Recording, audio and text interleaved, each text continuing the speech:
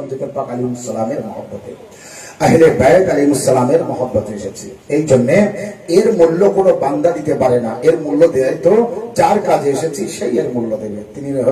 তারা হলেন আহলে বাইত আলাইহিস সালাম। সালাওয়াত মুহাম্মদ ওয়া আল্লাহুম্মা সাল্লি আলা মুহাম্মাদ ওয়া আলি মুহাম্মাদ। কোরআন মাজিদের সূরা সূরা মায়েদার 35 নম্বর আয়াত আপনাদের সামনে পেশ করেছি। ইয়া আইয়ুহাল্লাযীনা আমানুত্তাকুল্লাহা ওয়াবতাগু ইলাইহিল ওয়াসিলা। আল্লাহ বলছে, হে ঈমানদারগণ, তোমরা আল্লাহকে মেনে চলো আর মাধ্যম তালাশ করো, মাধ্যম তালাশ করো, ওয়াসিলা তালাশ করো। ওয়াবতাগু ইলাইহিল ওয়াসিলা, তোমরা ওয়াসিলার মাধ্যমে আল্লাহ পর্যন্ত পৌঁছাও।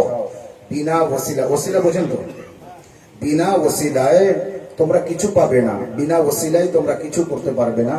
যখন তুমি কিছু করবে তো ওসিলায়, কারোর কারণে, কারোর দ্বারায়, কারোর মাধ্যমে তুমি অনেক কিছু করতে পারবে। কিন্তু যদি তোমার কাছে ওসিলা না থাকে, তুমি একা একা কিছু করতে পারবে না। খুব মনোযোগ সহকারে শুনবেন।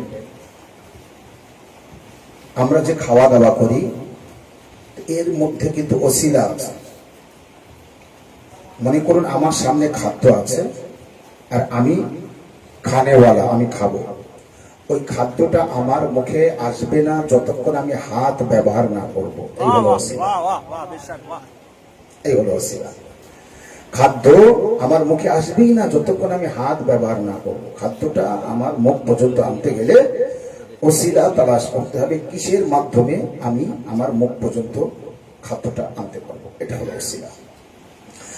আপনি কিছু লিখবেন তো আপনার সামনে খাতা আছে, বই আছে, সবকিছু আছে, কিন্তু কলম নেই, লিখতে পারবেন না। তো লেখার জন্য আপনার কলমের প্রয়োজন আছে, যার মাধ্যমে আপনি লিখবেন। আপনি কিছু বলবেন তো আপনি মুখ ছাড়া বলতে পারবেন না। আপনি কিছু শুনবেন তো কান ছাড়া শুনতে পারবেন না। আপনি কিছু দেখবেন, চোখ ছাড়া দেখতে পারবেন না। আপনি কিছু ধরবেন, হাত ছাড়া ধরতে পারবেন না। আপনি কাউকে কিছু দেবেন তো হাত ছাড়া দিতে পারবেন না। আপনি কোথাও যাবেন, পা ছাড়া যেতে পারবেন না। তো আপনি আপনার নিজেকে দিয়ে বুঝুন, আপনি একটা মানুষ, তারপরও আপনার শরীরের মধ্যে আল্লাহ এমন কিছু রেখেছে, এক অপরের ওসিলায়, এক অপরের মাধ্যমে আপনি কিন্তু বেঁচে আছেন।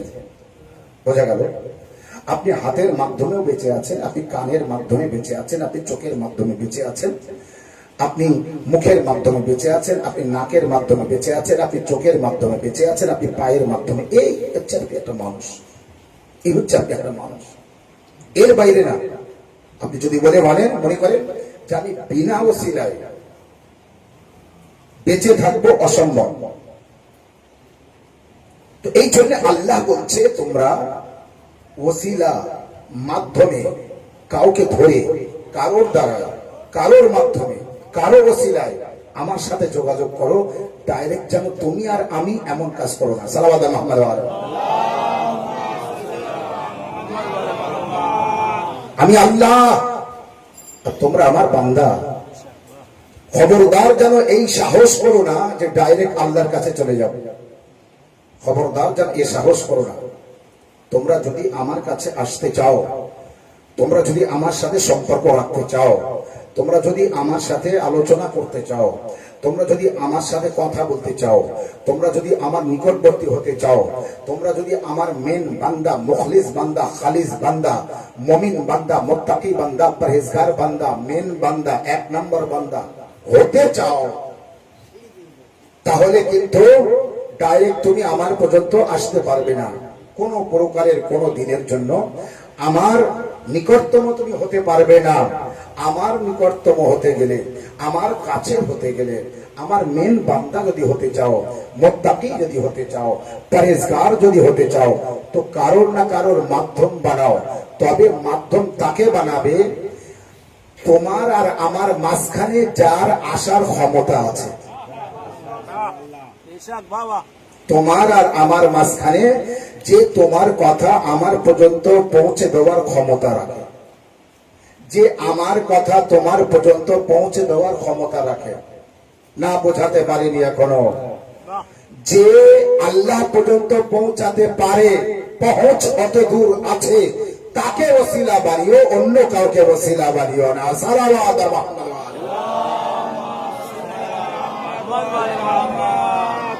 নারে তাকবীর, আল্লাহু আকবার, নারে তাকবীর, আল্লাহু আকবার, নারে হায়দারি, ইয়া আলী।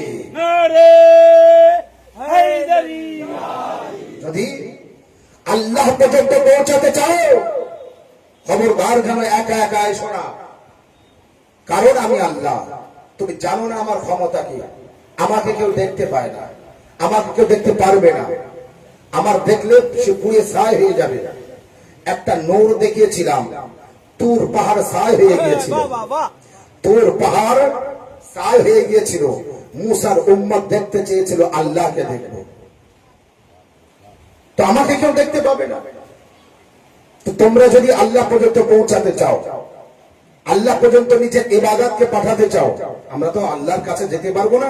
আমরা কি করব? আমার প্রার্থনা, আমার দোয়া, আমার মনের ইচ্ছা, আমার মনের আশা, আমার দোয়া, আমার ইবাদত, আমার আমল, আমার কর্ম আমরা আল্লাহর কাছে পৌঁছে দিতে চাই। আল্লাহ কবুল করবে, তো হাসরের ময়দানে আমার হিসাব হবে, এরপরে আমাকে জান্নাত দেবে। এই হচ্ছে পরিষ্কার হিসাব, এর বাইরে না। তো আমার আমল আল্লাহর পর্যন্ত। মনে করুন আমি দোয়া করব, আল্লাহ তুমি, আমার ছেলের সামনে পরীক্ষা আছে, আল্লাহ আমার মেয়ের সামনে পরীক্ষা আছে, আল্লাহ সামনে বড় বিপদ আছে, আল্লাহ এই মুহূর্তেই আছে, আল্লাহ এই মুহূর্তেই আছে, আল্লাহ আমি বড় মুশকিলে পড়েছি, আল্লাহ আমি এই করি, তুমি আমাকে উদ্ধার করো। এই হচ্ছে ডাইরেক্ট দোয়া, যে আমি আল্লাহকে ডেকেছি। আল্লাহ বান্দার সাথে কথা বলতে ডাইরেক্ট বলেনি, বান্দার হিম্মত কিভাবে হয় ডাইরেক্ট আল্লাহর সাথে কথা বলা। এই যে বৃষ্টি হচ্ছে, এই বৃষ্টি পর্যন্ত আল্লাহ ডাইরেক্ট দিচ্ছে না, মেঘের মাধ্যমে দিচ্ছে। তো আল্লাহ পানি দেয় তো ওসিলা মেঘ, আল্লাহ আমাদের খাদ্য দেয় তো ওসিলা জমিন, যেখান থেকে ফসল বার হয়। আল্লাহ ওহী পাঠিয়েছেন নবীর কাছে, ডাইরেক্ট আল্লাহ পাঠাতে পারে না। জিবরাইলকে ওসিলা বানিয়েছে, জিবরাইলকে ওসিলা বানিয়েছে। আল্লাহ ওহী নিয়ে, আল্লাহর ওহী নিয়ে আসতো রাসূলুল্লাহর কাছে, নবীদের কাছে কে? জিবরাইল। কি কারণে জিবরাইলকে ওসিলা বানিয়েছে? এই যে জিবরাইল মাঝখানে থাকতো, এই হচ্ছে ওসিলা, যাকে মাঝখানে রাখা হয়। আমার আর আপনার মাঝখানে একজন বলে থাকে, বলে না যে দুজনের মধ্যে সমস্যা হয়েছে, তো মাঝখানে কেউ একজন যাও না, যে দুজনকে মিলিয়ে দাও না। এই মাঝখানে যে থাকে সেই হয় ওসিলা। সাল্লাল্লাহু আলাইহি ওয়াসাল্লাম। মাঝখানে যে থাকে সেই হয় ওসিলা। আল্লাহ কোরআন নাজিল করেছে বিনা ওসিলাই না। কোরআন ডাইরেক্ট নবীর কালবে এসেছে, বিনা জিবরাইলে না। জিবরাইলের মাধ্যমে ওহী পাঠিয়েছে আল্লাহ, জিবরাইলের মাধ্যমে কোরআন পাঠিয়েছে আল্লাহ। আদম আলাইহিস সালামকে তৈরি করি, আমরা কিসের তৈরি? আমরা মাটির তৈরি না? তাহলে আমাদের প্রথম যাকে মাটি থেকে তৈরি করা হয়েছিল তার নাম কি? আদম আলাইহিস সালাম। আল্লাহ আদম আলাইহিস সালামকে তৈরি করতে মাটির সাহারা কেন নিয়েছে? আল্লাহ কোরআন পাকের মধ্যে আছে, আল্লাহ যদি বলে কোন হয়ে যা, তো ফায়াকুন হয়ে যায়। কোন ফায়াকুন, আল্লাহ বলে হয়ে যা তো হয়ে যায়। তো আল্লাহ যদি বলে হয়ে যা তো হয়ে যায়। আর এটা কোরআনে আছে লেখা, আল্লাহ ইচ্ছা করে তো হয়ে যায়। তো আল্লাহ ইচ্ছা করলে আদম হতো না, হতো না? এবার তাহলে ভাই খুব সুন্দর বুঝতে পেরেছেন। আল্লাহ যদি মনে করে আমি আদমকে তৈরি করলাম, তো আদম হয়ে গেল। আদম হয়ে যা তো আদম হয়ে যাবে। 70,000 বছর ধরে মাটি আর পানিকে খামির বানানো হয়েছে আদমকে তৈরি করার জন্য।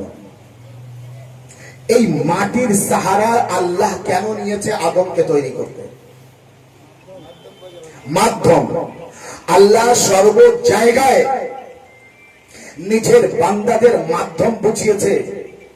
এর বড় কারণ আছে, মাধ্যম বুঝিয়েছে যে আমি আল্লাহ, আমি যদি মনে করি আদমকে হাওয়াকে বিনা বাপ মায় পয়দা করাবো, তো করতে পারি, আর করেছে। আল্লাহ যখন বলে হয়ে যা তো হয়ে যায়। তো আদমের জন্য আল্লাহ বলতো আদম হয়ে যা, তো হয়ে যেত। হাওয়া বিবি হয়ে যা, পয়দা হওয়া তো পয়দা হয়ে যাবে, আল্লাহ ইচ্ছে করবে তো হয়ে যাবে। হ্যাঁ, তারপরেও মাটির সাহারা কেন নিলেন? 70 বছর বা 70,000 বছর কেন খামির তৈরি করা হলো? তারপরে আল্লাহ কোরআন পাকের মধ্যে বলেছে, আমি আদমকে আমার 2 হাত দিয়ে তৈরি করেছি। আল্লাহু আকবার।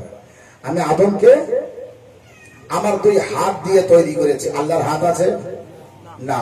আল্লাহ কেন বলছে আমার 2 হাত দিয়ে তৈরি করেছে? আল্লাহ তো হাত নেই। তার মানে আল্লাহ আদম আলাইহিস সালামকে তৈরি করতে হাতের ওসিলা নিয়েছে, সাহারা নিয়েছে। এই হাত অন্য কেউ, কিন্তু আল্লাহর হাত নেই। আল্লাহ নিজের হাতের জায়গায় 2 ভাইকে ব্যবহার করেছে। এক ভাই সরদার আর এক ভাই তার গোলাম। যে ছোট ভাই বলেছে আরবের উটনির পিছনে যেমন তার বাচ্চা ঘুরতো, আমি রাসূলুল্লাহর পিছনে ওইভাবে ঘুরেছি। ये वो रसूलुल्लाह रे वो अली अलैहिस सलाम জানাবের দ্বারাই আল্লাহ আদমকে তৈরি করেছে। সালাওয়াত মুহাম্মদ।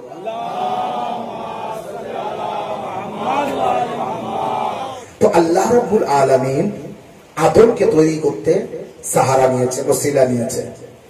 আল্লাহ যা কিছু আমাদের পর্যন্ত দিয়েছে ওসিলা নিয়েছে, মাধ্যম নিয়েছে। বিনা মাধ্যমে আল্লাহ কোন বান্দার সাথে কথা বলেনি।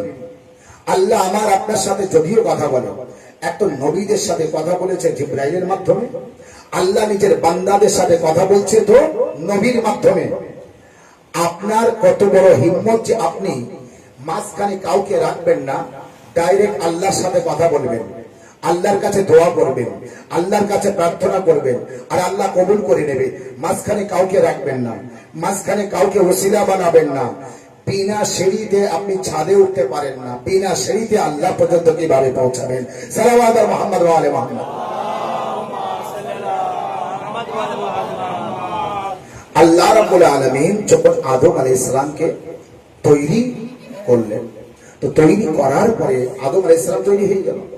এবার আল্লাহ বলছে, হে ফেরেশতারা তোমরা আদমের সিজদা করো। সবাই করলো ইল্লা ইবলিস। ইবলিস সিজদা করেনি। ইবলিস দাঁড়িয়ে বলল, আমি সিজদা করব না। খালাকতানি মিন নার ওয়া খালাকতাহু মিন তিন। হে আল্লাহ, তুমি আমাকে আগুন থেকে সৃষ্টি করেছো, আর আদমকে তুমি মাটি থেকে তৈরি করেছো। আগুন আফজাল আছে, উত্তম আছে, আর মাটি নিচেই যায়, মাটি কমতার আছে। তো আমি মাটির কাছে সিজদা করতে পারি না। উদাহরণ দিয়ে বোঝাই, মাস্টার তার ছাত্রদের পড়াচ্ছে, তো ছাত্র তো এক সে এক বড় লোকের ছেলে, সব নামি দামি ঘরের ছেলে, বড় লোকের ছেলে, তারা সব বসে আছে, তারা পড়াশোনা করে। এখন মাস্টার তার পছন্দের মতো একটা ছাত্রকে অন্য জায়গা থেকে ধরে এনেছে।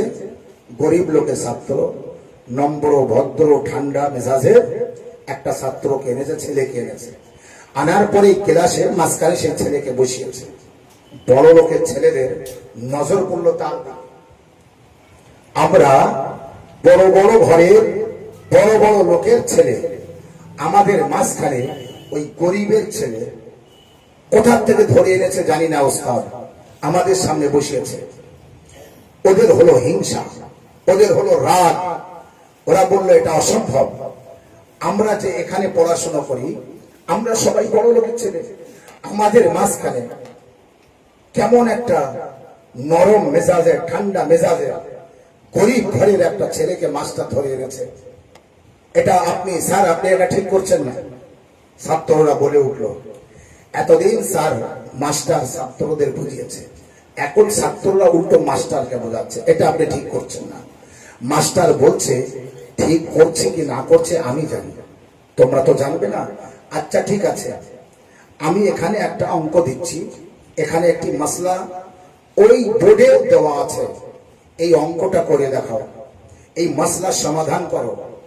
কে কে পারবে বলো? এখানে কিছু নাম লেখা আছে, এই নামগুলো পড়ে শোনাও, কি কি লেখা আছে। কোন বড় লোকের ছেলেরা, ছাত্ররা কেউ বলতে পারছে না। ওই চুপচাপ বসে থাকা ভদ্র ছেলে যাকে ধরে এনেছে, সে পর পর অঙ্কটা করে দিয়েছে, মাসলাটা হাল করে দিয়েছে, সমাধান করে দিয়েছে, নামগুলি পড়ে দিয়েছে। বড় লোকের ছেলে হতে পারে, কেউ বলতে পারিনি, কেউ সমাধান করতে পারিনি। নতুন ছেলে যাকে ধরে এনেছে মাস্টার, এই ছেলে তখন বলেছে, যেই বলতে পেরেছে উত্তরটা দিয়েছে, তখন মাস্টার বলছে তোমরা তো কেউ বলতে পারলে না, আরে তো বলে দিয়েছে, এখন তোমরা একে শাবাশি দাও, ধন্যবাদ জানাও, ধন্যবাদ জানাও, ধন্যবাদ জানাও। এই হলো আরশে মুআল্লায় আল্লাহ যখন ফেরেশতাদের মাঝে আদমকে তৈরি করলো, ফেরেশতারা বলে উঠলো, আল্লাহ তুমি এটা ঠিক করছো না, ইয়ে আদম জাত আছে, এরা খুন রেজি করবে, এরা লড়াই ঝগড়া করবে, এরা মারামারি করবে, এরা কাটাকাটি করবে। আল্লাহ বলল, ইন্নী আলামু মা লা তা'লামুন, যা আমি জানি তা তোমরা জানো না। সাহাবা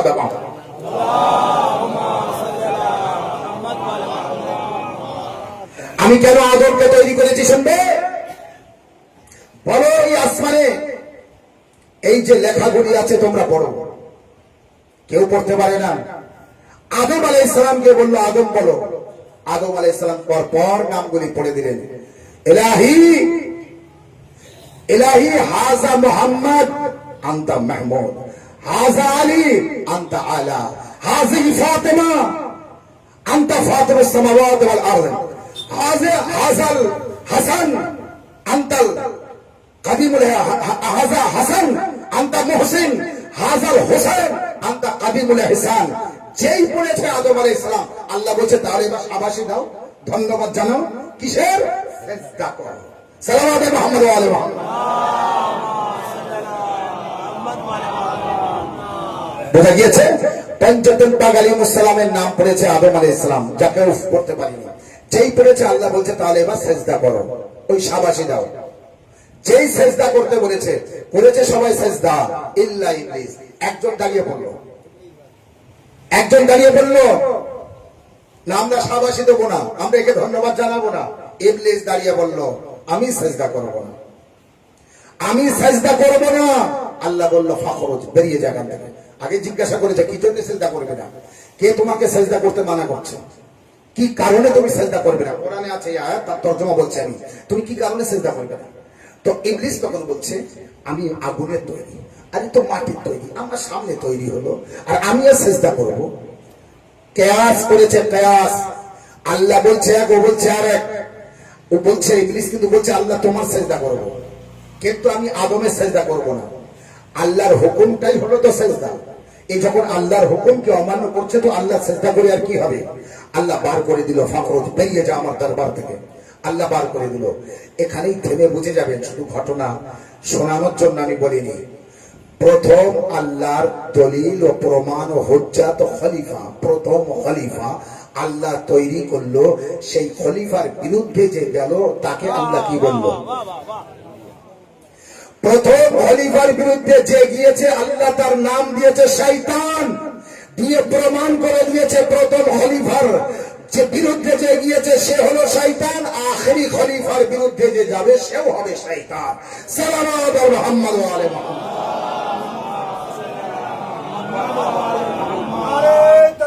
আল্লাহু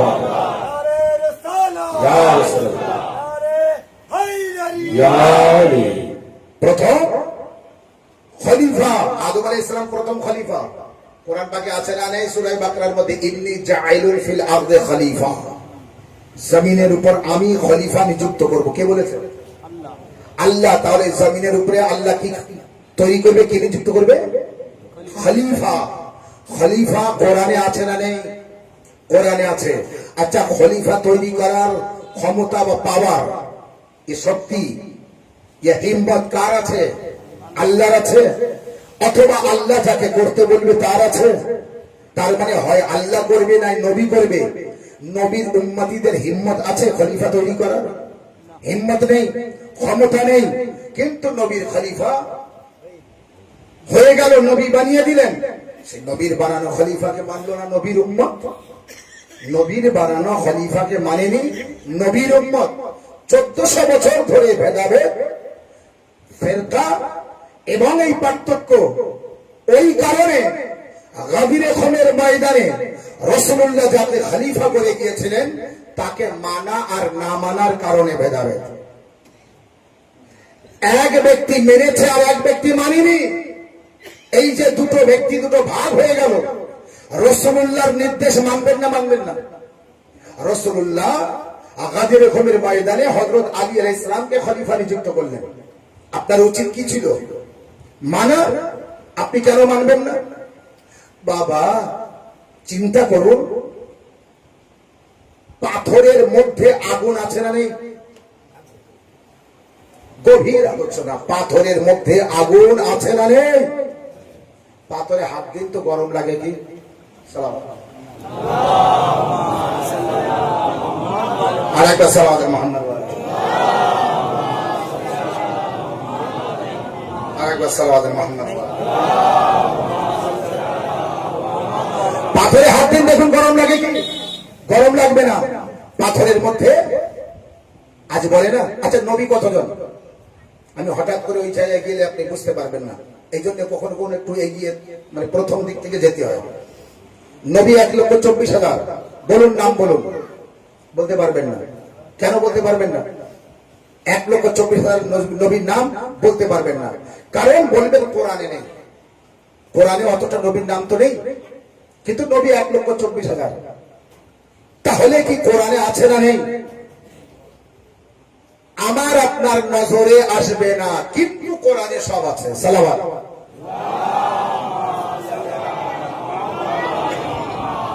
কোরআনে সব আছে। কোরআনের আয়াত হলো 6,666। নবী কত? 1,24,000। শুধু নবীদের যদি নাম দিয়ে দেয় তো কোরআন ধরবে না। তাহলে 23 জনের নাম কোরআন শরীফে আছে কম বেশি। বাকি নবীদের নাম 1,24,000 নবী যখন আছে তো আছে। বার করবেন কিভাবে? উদাহরণ, ওই জায়গায় পাথরের মধ্যে আগুন আছে তো আছে। বার করবেন কিভাবে? সংঘর্ষ হবে। সংঘর্ষ হবে মানে একটা পদ্ধতি আছে। পাথরের ভিতর থেকে আগুন বার করা একটা রাস্তা আছে, একটা পদ্ধতি আছে। আমি যতই পাথর জড়িয়ে ধরি আগুন দেবে না। আমি যতই পাথরে চুম্বন দেই আগুন দেবে না। আমি যতই পাথরকে ভালোবাসি আর বলি বন্ধু তুই আমার দোস্ত, একটু আগুন দেবে। কিন্তু একটা রাস্তা আছে, যে রাস্তায় ওই পাথর থেকে আগুন বার করা যায় যায় না, যায় না। ঠিক অনুরূপ কোরআনের মধ্যে সব আছে। আমি যতই চিৎকার করি কোরআন আমার সবকিছু দেবে না, তার রাস্তা আছে। পাথর যেমন সবকিছু দিচ্ছে না, আগুন আগুন চেয়েছি দিচ্ছে না, কিন্তু আছে, কিন্তু আছে। আরো পাথর ঠান্ডা, এত গরম ওর মধ্যে কিন্তু উপর থেকে ঠান্ডা। একটা রাস্তা আছে, যে রাস্তায় পাথর আগুন দিতে পারে। তো সেই রাস্তা অবলম্বন করবে তো পাথর আগুন দেবে।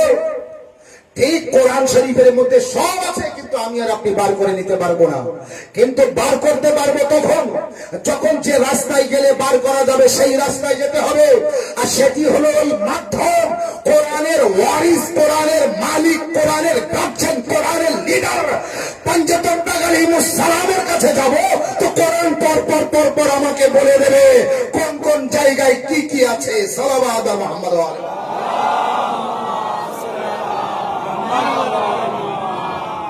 এ হচ্ছে মাধ্যম। যেমন পাথরের ভিতর থেকে আগুন বার করার জন্য একটি মাধ্যম তালাশ করতে হবে, বুদ্ধি কামাতে হবে, কি করতে পারি, একটি মাধ্যম আছে। কোরআনের ভিতরে সব আছে, বার করার জন্য একটি মাধ্যম আছে, সে মাধ্যম তালাশ করতে হবে। বিনা মাধ্যমে আপনি কিছু করতে পারবেন না। যতই দোয়া করুন না কেন, আপনার দোয়া আল্লাহ কবুলই করবে না যতক্ষণ মাধ্যম তালাশ না করবেন। আরবের লোকেরা বিপদে পড়লেই নবীর কাছে যেতেন। কোথায় যেতেন? নবীর কাছে যেতেন উদ্ধার হওয়ার জন্য। আমি বলবো ও আরবের মুমিন, মুত্তাকি, পরেজগার ভালো মানুষেরা, আপনারা বিপদে পড়েছেন তো আল্লাহর ঘর দেখতে পাচ্ছেন না? কাবা ঘর দেখতে পাচ্ছেন না? সারা দেশের মানুষ পাগল যে কাবা ঘরের জন্য। তো যখন মুশকিলে পড়েছেন তো কাবা ঘরে যাবেন, কাবা ঘরে যেয়ে বলুন আল্লাহ আমার এই বিপদ থেকে উদ্ধার করো, আল্লাহ উদ্ধার করে দেবে। কেন নবীর কাছে যাচ্ছে?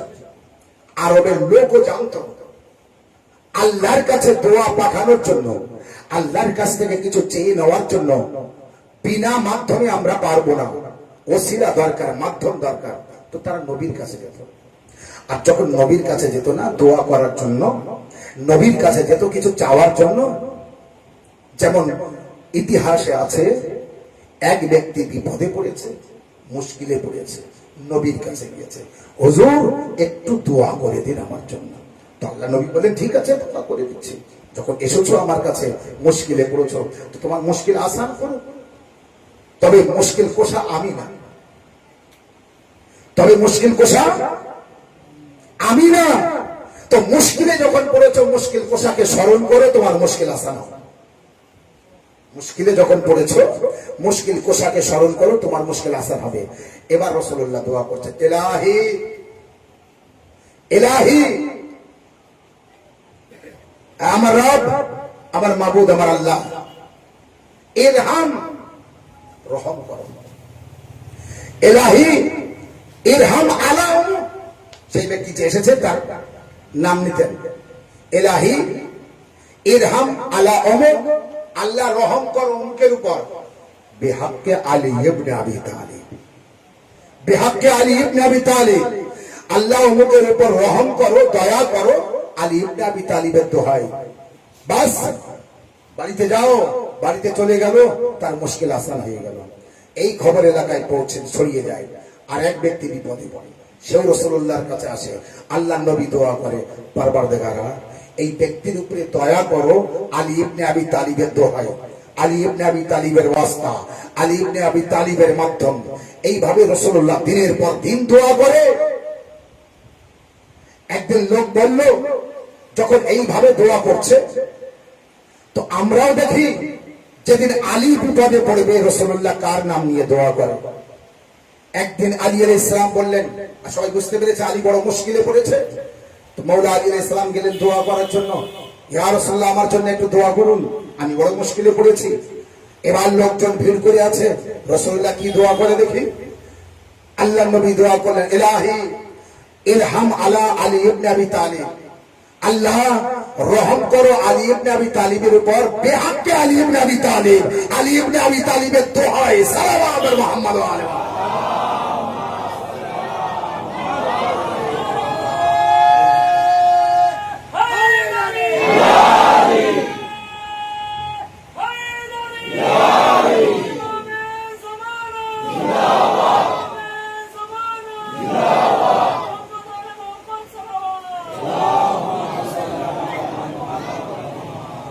আল্লাহ সহি ও সালামত ও সুস্থ রাখুক। যারা নারা লাগিয়েছে তাদেরকে, যারা দুই হাত তুলে সাই দিয়েছে তাদেরকে, যারা জোরে বলিনি দুই হাত তুলিনি তাদেরকে সালাম।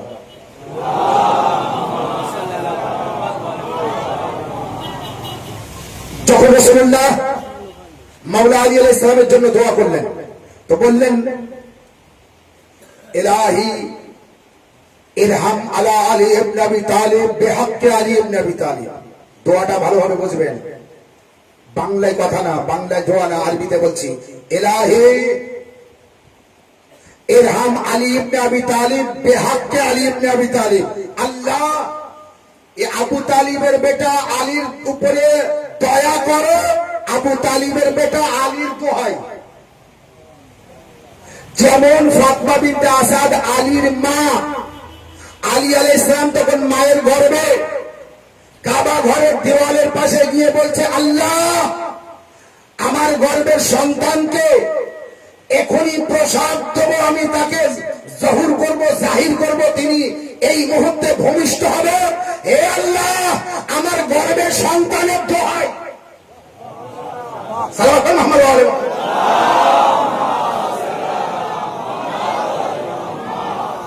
আল্লাহু আকবার। যার জন্য দোয়া হচ্ছে তার দোহাই দেওয়া হচ্ছে।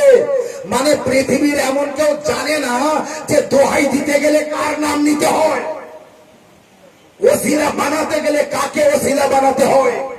ফাতমা বিনতে আসাদ নবী তো না, ফাতমা বিনতে আসাদের কাছে ওহী তো আসতো না।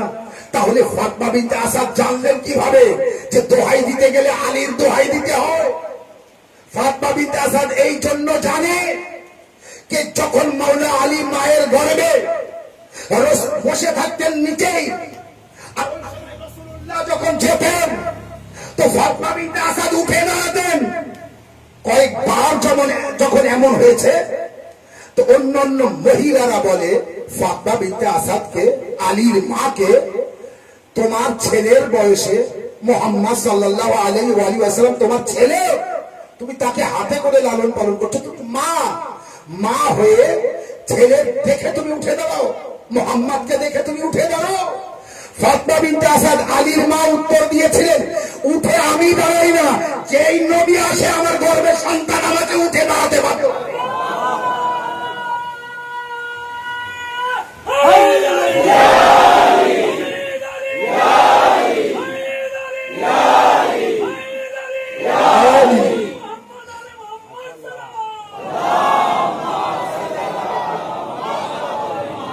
উঠে আমি দাঁড়াই না, আমার গর্ভে যে সন্তান আছে সেই সন্তান আমাকে উঠে দাঁড়াতে বাধ্য করে। যেই নাকি মুহাম্মদ সাল্লাল্লাহু আলাইহি ওয়াসাল্লাম আসেন, মনে করেন ফাতেমা বিনতে আসাদ আলাইহিস সালাম মা বসে আছেন, আর গর্ভবতী মহিলা কেমন থাকে, দুর্বল থাকে, কমজোর থাকে, তো প্রায় টাইমে বসে থাকে। কিন্তু যেই নবী যেতেন উঠে দাঁড়াতেন, যেই নবী যেতেন উঠে দাঁড়াতেন। যখন আরবের অন্য মহিলারা বলেছে, তুমি এরকম কেন করো, তোমার ওই যখন নবী যায় না, মোহাম্মদ যায়, তো আমার গর্ভে যে সন্তান আছে সে আমাকে উঠে দাঁড়াতে বাধ্য করে, উঠে দাঁড়াতে বাধ্য করে। একদিন আরবের মহিলারা বলল, যুক্তি করলো, দেখ ফাতেমা বিনতে আসাদ বসে থাকবে, আমরা চারিধারে বসে উকুন খোটে যেভাবে, ওইভাবে গল্প গুজব করতে করতে আমরা এমন ভাবে বসে থাকবো, আর যেই মোহাম্মদ যাবে আর আমরা উঠে দাঁড়াবে ফাতেমা বিনতে আসাদ, আমরা এমন ভাবে টেনে ধরবো যেন আর উঠে না দাঁড়াতে পারে, যেন উঠে দাঁড়াতে না পারে। আর তাই করলো চারিধারে কয়েকজন মহিলা, বুদ্ধ বিয়াকাল মহিলা, তাদের তো বুদ্ধি শুদ্ধি নেই, কার সাথে লড়তে আসে, কার সাথে মোকাবিলা করতে হয়, কার বিরুদ্ধে যেতে হয় জানে না। তো ফাতেমা বিনতে আসাদের চারিধারে গোল হয়ে বসে গল্প করছে যেন বুঝতেই না পারে। আর যেই নাকি নবী যাচ্ছেন ফাতেমা বিনতে আসাদ উঠে দাঁড়াচ্ছেন, আর সাথে সাথে ওরা টেনে ধরেছে। ফাতেমা বিনতে আসাদ প্রতিদিন যেভাবে উঠে দাঁড়াতেন ওই দিনে ওইভাবে উঠে দাঁড়িয়েছে, কোনো পরোয়া হয়নি, এবং ওই মহিলাগুলো চারিধারে সব পড়ে আছে, এমন ভাবে উঠে দাঁড়িয়েছে সব ছটিয়ে পড়ে গিয়েছে। কিন্তু আলীর মা উঠে দাঁড়িয়েছে। আরে বাবা, শেরে খোদা মাকে বলছে, আম্মা আমার সরদার আসছে, উঠে দাঁড়াতে হবে। সালাম মুহাম্মদ।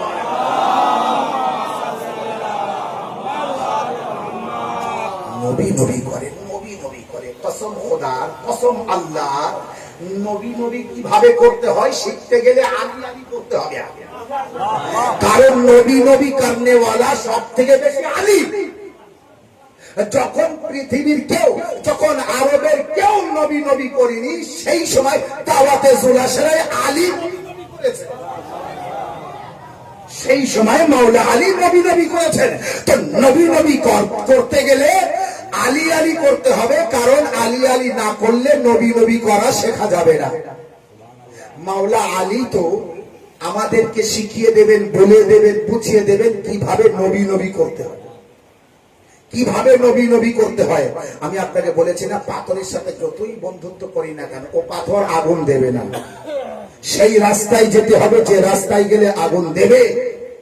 তো নবী নবী সারা রাত কেন, সারা জীবন নবী নবী করলে ও নবী রাজি হবে না বিনা রাস্তায়, বিনা পদ্ধতিতে, বিনা ওসিলায়। তো যেই নাকি বলছে আল্লাহ দয়া করো আলীর উপর, আলীর দোহাই, আলীর উপর তুমি রহম করো, দয়া করো। আবু তালিব বেহাকে, আবু তালিবের বেটা আলীর উপর দয়া করো। আবু তালিবের বেটা আলীর দোহাই, মানে যার উপর দয়া করতে বলছে তার দোহাই দিচ্ছে। তার মানে ইয়া রাসূলুল্লাহ আর কেউ নেই, তো আর কেউ থাকলে তার দোহাই দিতেন। সাহাবায়ে কেরাম, এই সমস্ত লোকেরা, সাল্লাল্লাহু আলাইহি মুহাম্মদ, এই সমস্ত লোকেরা ওরা চিন্তা ভাবনা করে, আচ্ছা মাওলা আলী আলাইহিস সালামের ফজিলত সবার সহ্য হয়? সবার সহ্য হয় না, সবার সহ্য হয় না। এই জন্যে, কারণ সবাই আলী আলী পছন্দ করে না। আর তার কারণ আছে। আলী পছন্দ না করার কারণ আছে, অনেক কারণ আছে। কারণ আলী করতে গেলে হাদিসের মধ্যে পরিষ্কার আছে, হাদিসের মধ্যে পরিষ্কার আছে, যা সবসময় বলা যায় না, তো ইশারা যথেষ্ট। প্রথম থেকেই পাক হওয়ার শর্ত আছে। দুনিয়ায় যখন আসবে তখন থেকে পাক হওয়ার শর্ত আছে, মানে হালাল হওয়ার শর্ত আছে। যে হবে সে আলী করতে পারবে, যে হবে না সে আলী করতে পারবে না। সালাওয়াত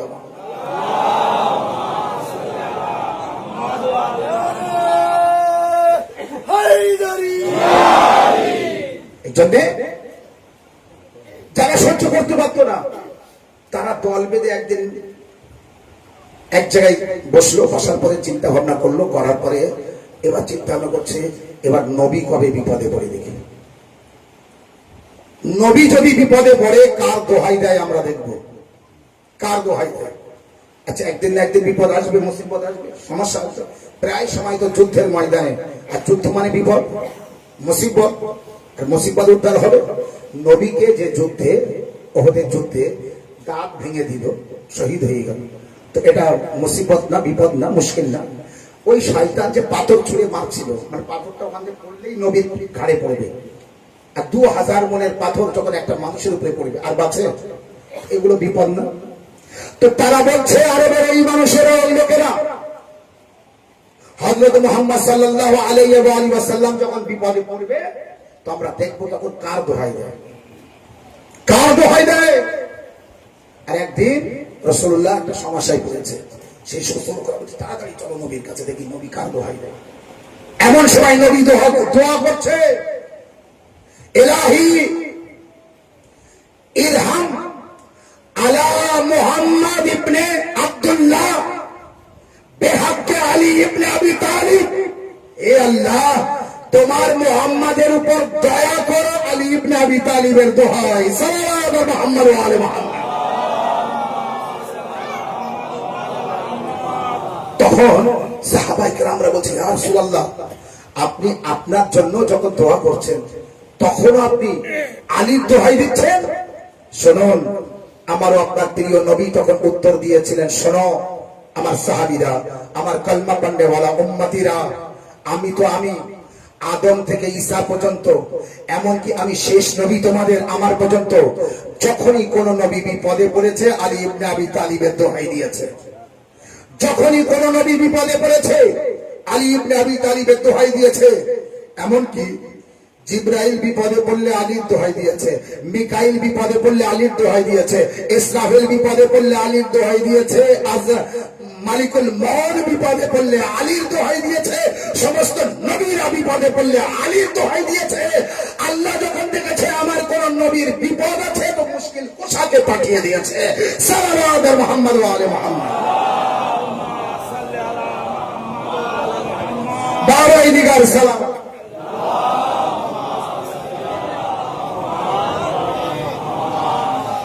যখনই বিপদ এসেছে, যখনই মুশকিল এসেছে, তো তখন মুশকিল কোষাকে স্মরণ করেছে।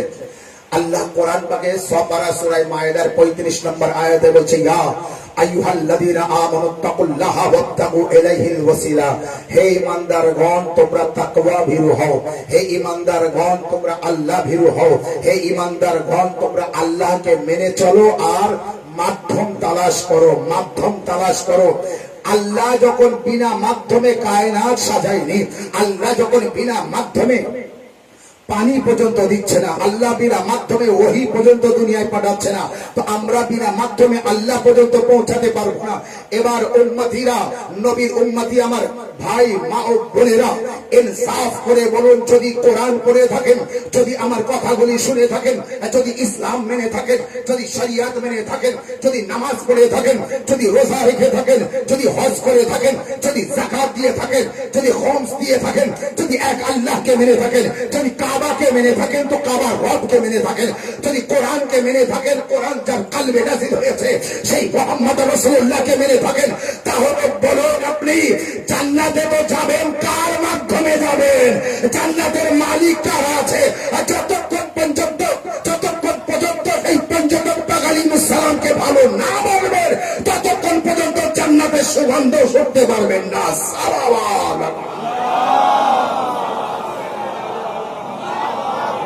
নারে হায়দারি আলী শাহনশাহ আলী শাহনশাহ আলী শাহনশাহ নারে হায়দারি कंबर की तलवार कंबर की तलवार हसन का बाबा हुसैन का बाबा गाजी का बाबा काबा पे माशाल्लाह आया माशाल्लाह। अली काबा पे आया अली अल्लाह ने भेजा अल्लाह ने भेजा अली रसूल ने दिखाया अली रसूल ने दिखाया गादी से मिला अली गादी से माशाल्लाह। अली नारे हैदरी और मोहम्मद सल्लल्लाहु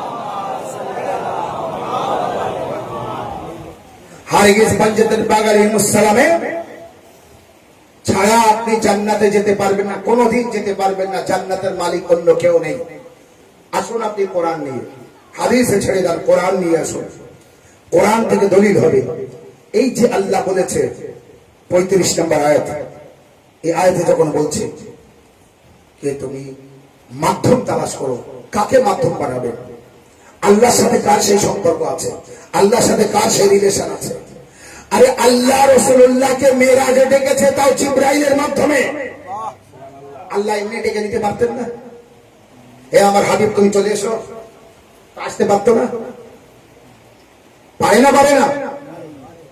এবং শুধু না, জিবরাইল তো নিয়ে গিয়েছেন, কিন্তু বোরাকে চড়ে গিয়েছে, বোরাক চেপে গিয়েছেন।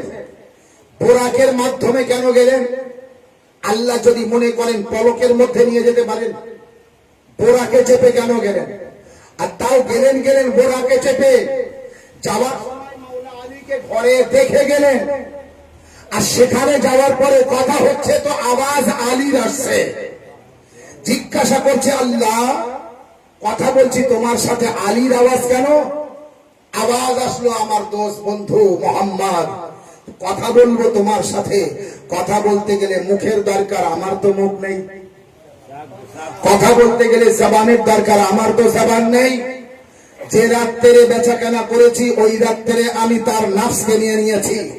যেখানে আমার প্রয়োজন পড়বে তার হাত ব্যবহার করতে পারি, তার শরীর ব্যবহার করতে পারি, তার মাথা ব্যবহার করতে পারি, তার চেহারা ব্যবহার করতে পারি, তার জবান ব্যবহার করতে পারি। এখানে তার জবানের প্রয়োজন, তো আলীর জবান ব্যবহার করেছি। এবারে বলেন, রাসূলুল্লাহ গেলেন বোরাকে চড়ে, আলী গেলেন কিসে চড়ে? সাল্লাল্লাহু আলাইহি মুহাম্মদ।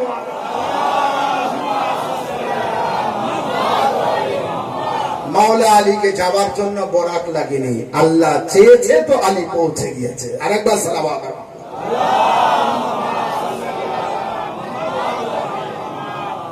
এই হচ্ছে বেলায়েতে আলী, মাধ্যম।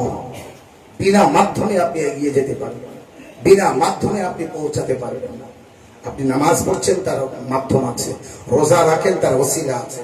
আপনি হজ করবেন, তার ওসিলা আছে, তার মাধ্যম আছে। বিনা মাধ্যমে, বিনা কারণ আপনি কোথাও পৌঁছাতে পারবেন না।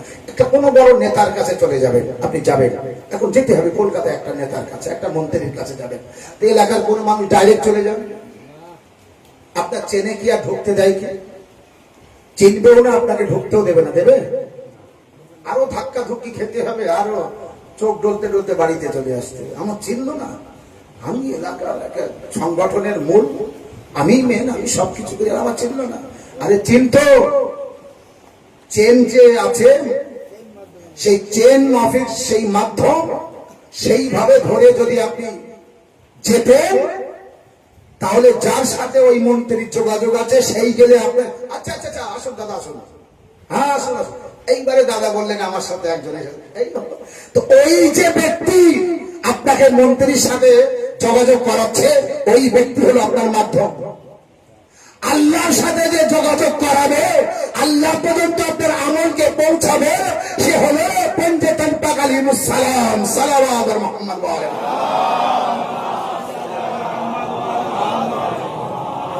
ইনশাআল্লাহ আজ মহরমের 7 তারিখ, আগামী কাল রাত আসছে 8 মহরম। এই জন্য কাল রাত্রে মহরমের 8 তারিখ, ইনশাআল্লাহ কাল 2 জায়গায় মজলিস হবে। এবং 2 জায়গায় মজলিসের পরে আলো উঠবে আগামীকাল। আর কাল রাত্রে হাজরির নজরও আছে এবং কাল রাত্রেও ফলের নজর আছে। কাল রাত্রে অনেক প্রকারের তাবারক আছে, নজর আছে। যেভাবে মৌলা গাজী আব্বাস আলমদারের কাছে মান্যত করে রেখেছে বা মান্যত করতে চায়, তো সে কাল রাতে করবে। আজ যেমন ফলের নজর আছে, কাল রাতেও ফলের নজর আছে, আশুরা রাতও আছে। যেভাবে মান্যত করে রাখে বা মান্যত করতে পারে, দোয়া করতে পারে বা মাওলাকে চাইতে পারে, মাওলার কাছে চাওয়া পাওয়া আছে। তো আগামীকাল যেহেতু 2 জায়গায় মজলিস হবে, এই জন্যে কাল প্রথম মজলিস ইনশাআল্লাহ 8টায় শুরু হবে, যাতে করে দ্বিতীয় মজলিস 9টায় শুরু করলে 10টার দিকে শেষ করতে পারি মজলিস। তারপরে মাতম আছে। তো আমি চেষ্টা করব প্রায় 8টা থেকে 10টা পর্যন্ত, মানে 2 জায়গায় মজলিস হতে থাকবে। তো একটু কম বেশি করে ছোট ছোট করে যেভাবে 2টো মজলিস করতে পারি, তো ইনশাআল্লাহ। তো কাল থেকে 2টো মজলিস আছে, আপনার সময় মতো চলে আসবেন। আর বাকি যতটুকু আমাদের সময় আছে, এই সময়টুকু যেন আমরা ফার্সে আজায় বেশি বেশি সময় থাকতে পারি, নহা মজলিস মাতম করতে পারি। যদি কেউ ভরপুর গামী হুসাইনে এখনো শরীক না হতে পারে, আমি দোয়া করবো আল্লাহ তাদেরকে শক্তি দিক, তারা যেন ভরপুর সম্পূর্ণভাবে গামী হুসাইন পালন করতে পারে। নিজের বাড়িতে মজলি দিতে পারে, ইমাম বাড়িতে মজলি দিতে পারে, কারবালায় মজলি দিতে পারে, ফার্সে আজার ব্যবস্থা করতে পারে। আর সব থেকে বড় আনন্দের বিষয় কি, আমরা যে আমাদের গ্রামে কারবালা আছে, সব থেকে বড় কথা, এই কারবালার আমরা জিয়ারত করতে পারছি এবং কারবালায় সেই আসল কারবালার যে আলোক এখানে উঠেছে, যার জিয়ারত আমরা করতে পারছি। এবং যে সমস্ত বিডি কারবালার ছেলেরা যা কষ্ট করে খুব কম সময়ের মধ্যে এই আলমকে তারা তুলেছে, আল্লাহ তাদের ভালো রাখুক, সুস্থ রাখুক এবং সকলের আমলকে আল্লাহ কবুল করুক। এইভাবে মজলিসে ইমামে হুসাইন আলাইহিস সালাম যেন আমরা বাদা করতে পারি। মজলিসের মাধ্যমে, নাজর ও নিয়াজের মাধ্যমে কোনো প্রকারের এক চুল পরিমাণ কারোর সাথে কোনো রকমের কথা হবে না। আমাদের যতটুকু আমার ভাগ্যে, আমার নসিবে আসবে, ততটুকুই আমার, যে জায়গায় আমি বসবো, যতটা আমি আমল করবো, যতটা আমি তাবারক করবো, যতটা আমি মজলিস মাতম করতে পারবো, জানতে হবে এইটুকু আছে। আল্লাহ যতক্ষণ আমার রোজি রেখেছে ততক্ষণ আমি গ্রহণ করতে পারবো। আল্লাহ যদি রোজি আমার না রাখে, তো আমি ভাত মাখিয়ে গালে তুলবো, হাতে আছে, হাত উঁচু হয়ে গিয়েছে, আর ওই সময় যদি আমার রুহ নিয়ে নেয়, তো ওই ভাতটা আমার আর নসিবে ছিল না। এই হচ্ছে দিন, ভালোভাবে বুঝবেন। এই হচ্ছে আমাদের ভাগ্য, এই হচ্ছে আমাদের কাছে। আজ মাওলা ইমাম হাসান আলাইহিস সালামের লাল জনাবে কাসিম আলাইহিস সালামের মুসাইব হবো ইনশাআল্লাহ। খুব কষ্টের মুসাইব। জনাবে কাসিম আলাইহিস সালাম কারবালায় ইমাম হাসান আলাইহিস সালাম ছিলেন তো না, কিন্তু হাসান আলাইহিস সালামের নিশানি ছিলেন। নাম হযরত কাসিম আলাইহিস সালাম, বয়স কম, এবং কাসিম আলাইহিস সালামের মা উম্মে ফারওয়া কারবালায় ছিলেন। যখন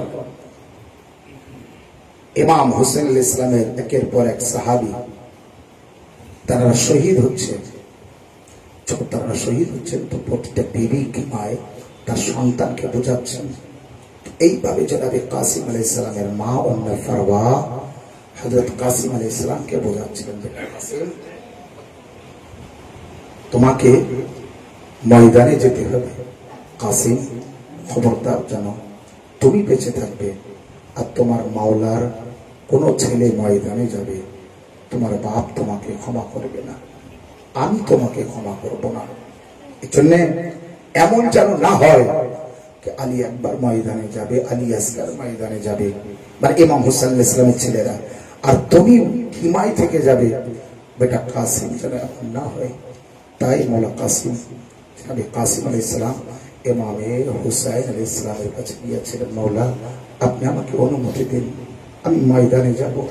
মাওলা দেখি যদি পানির কোনো ব্যবস্থা করতে পারি, যেখানে লাখো সৈন্য, আর কম বয়সের কাসিম, তারপর ইচ্ছা আশা দেখুন, যদি আমি কিছু করতে পারি, হযরতে কাসিম আলাইহিস সালাম ময়দানে যাওয়ার জন্য যখন অনুমতি চায়, ইমাম হুসাইন আলাইহিস সালাম অনুমতি দেন না।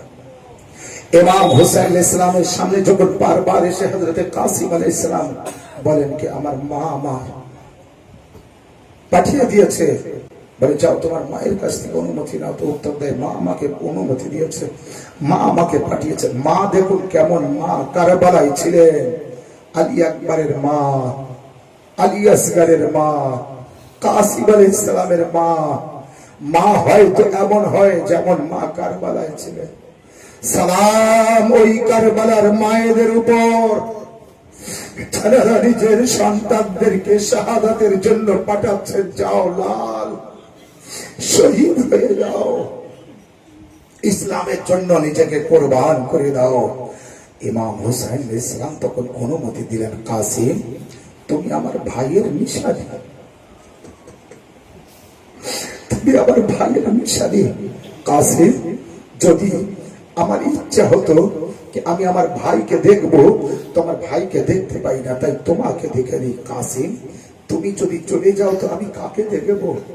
কাসিম তুমি শহীদ হয়ে গেলে আমি কাকে দেখব? হযরত কাসিমকে বুঝিয়ে ইমাম হুসাইন আলাইহিস সালাম বললেন, কাসিম আমি তোমাকে হারাতে চাই না, কাসিম আমি তোমাকে ছাড়তে চাই না। আজাদারো কাসিম আলাইহিস সালাম মনটা খারাপ করে মায়ের কাছে গেলেন, আম্মা জি বেটা কাসিম কি হলো? না আমার মাওলা অনুমতি দেয়নি, আমাকে বলছে তুমি আমার ভাইয়ের নিশানি, আমার ভাইয়ের দেখার ইচ্ছা হলে আমি তোমাকে দেখে নেই। মা মাওলা আমাকে অনুমতি দিচ্ছে না। হযরতে উম্মে ফারওয়া কাসিম আলাইহিস সালামের মায়ের তখন মনে পড়ে গেল, বাস আজাদারো এখানেই বসে থাকবেন আর আপনি সেই জায়গায় যাবেন যেখানে আপনাকে আমি নিয়ে যাচ্ছি। উম্মে ফারওয়া কারবালায় কাসিম আলাইহিস সালামকে বসিয়ে চিন্তা করতে করতে মনে কিভাবে আমি কাসিমের অনুমতি নিতে পারি, কিভাবে আমি কাসিমকে ময়দানে পাঠাতে পারি। বাস উম্মে ফারওয়ার মনে পড়ে গেল কে একবার কাসিমের হাতে ইমামে হাসান আলাইহিস সালাম একটি তাবিজ বেঁধে দিয়েছিলেন আর বলেছিলেন উম্মে ফারওয়াকে স্মরণ করিয়ে, হ্যাঁ হে কাসিম, হে উম্মে ফারওয়া এই তাবিজটি আমি কাসিমের হাতে বেঁধে দিলাম, যখন আমার ভাই হুসাইন বড় বিপদে পড়বে, যখন আমার ভাই হুসাইন যখন বড় মুসিবতে পড়বে, তখন এই তাবিজটি খুলে আমার ভাই হুসাইনকে দেখাবে। বাস আজাদারো জনাবে ফারওয়া কাসিমকে বললেন, কাসিম যাও তোমার মাওলার কাছে যে বলো, মাওলা আমার হাতে যে তাবিজটি আছে এই তাবিজটি একটু খুলে পড়ুন। আজাদারো জনাবে কাসিম আলাইহিস সালাম মাওলা হুসাইনের কাছে আসলেন, মাওলা আমার বাবা শাহাদাতের আগে আমার হাতে একটি তাবিজ বেঁধে দিয়েছিলেন আর বলেছিলেন কে যখন মাওলা হুসাইন বড় বিপদে পড়বে এই তাবিজটি খুলে মাওলা হুসাইনকে দেখাবে। হাজাদারো ইমামে হুসাইন আলাইহিস সালাম বুঝতে পারলেন, ইমামে হুসাইন আলাইহিস সালাম জানতে পারলেন যেই নাকি তাবিজটি খুলে ইমাম হুসাইনের হাতে দিলেন, ইমামে হুসাইন আলাইহিস সালাম তাবিজ পড়তে পড়তে চোখ দিয়ে ঝরঝর করে পানি ঝরল। তাবিজে কি লেখা আছে মাওলা? আজাদারো তাবিজে লেখা ছিল, হুসাইন এ আমার ভাই হুসাইন, আমি তো কারবালায় থাকতে পারলাম না,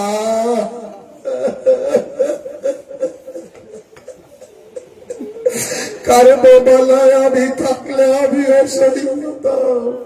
হুসাইন আমার তরফ থেকে আমার লাল কাসিমকে ময়দানে যাওয়ার অনুমতি দাও। হুসাইন মাটিতে বসে বললেন, কাসিমকে জড়িয়ে ধরলেন, কাসিম আমি আর তোমাকে রাখতে পারবো না, আমার ভাই যখন ইমাম ছিলেন তখন গার নির্দেশ আমি অমান্য করতে পারছি না, যাও কাসিম। কাসিম মায়ের কাছ থেকে বিদায় নিলেন, ফুপির কাছ থেকে বিদায় নিলেন, কাসিম এবার ঘোড়ার পিঠে সওয়ার হয়ে ময়দানে গেলেন।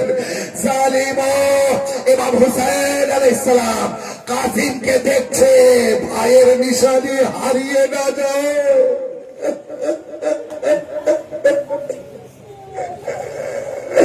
হায় কাসিম আলাইহিস সালাম ময়দানে গেলেন, কিন্তু আর একটু এগিয়ে যেতে পারছে না। আরো ইচ্ছা আছে এগিয়ে যাবার, কিন্তু পারল না।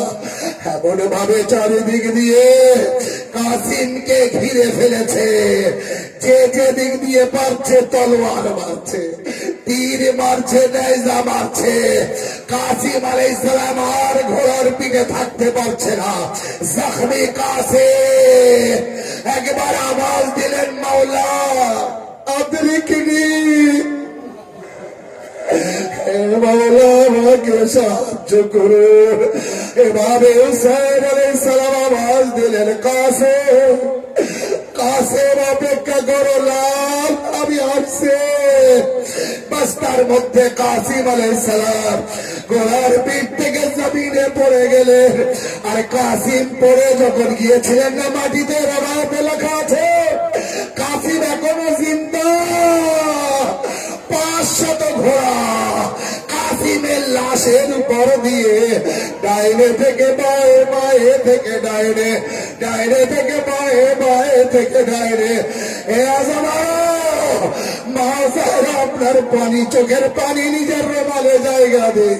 এ আল্লাহ কোন কষ্ট দিও না আমার মা বোনেদের, ভাইদের কারবালার কষ্ট ছাড়া। হয় কাছে একবার বাতম করবেন আর বলবেন, হায় কাসিম, হায় কাসিম। জীবিত কাসিম, ডাইনের ঘোড়া বায়ে যাচ্ছে, বায়ের ঘোড়া ডাইনে যাচ্ছে। 500 ঘোড়া কাসিমের শরীরের উপর দিয়ে লাশকে পামাল করে দিচ্ছে। একবারে ভাবে হুসাইন আলাইহিস সালাম যেতে যেতে যেই কাসিমের নিকটে গেলেন না, জালিমরা সরে গেল। আয় কাসিম আর দুনিয়ায় নেই। কাসিম শাহাদাত বরণ করলে, কিন্তু কলেজা ফেটে যায় কাসিমের এই মোসাহেব শুনলে। কেন ফলের নজর করেন জানে? হুসাইন যখন কাসিমের লাশের পাশে গেলেন, যে দেখে কাসিম আর কাসিম নেই।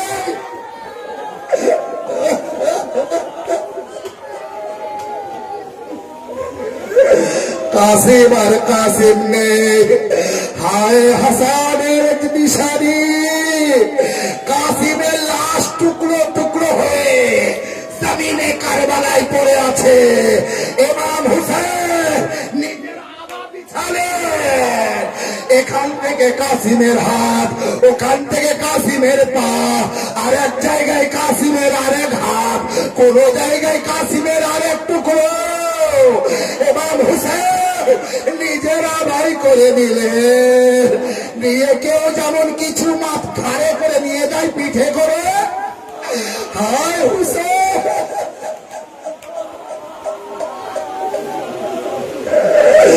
কাসিমের লাশের টুকরো খিমায় নিয়ে আসলেন। ও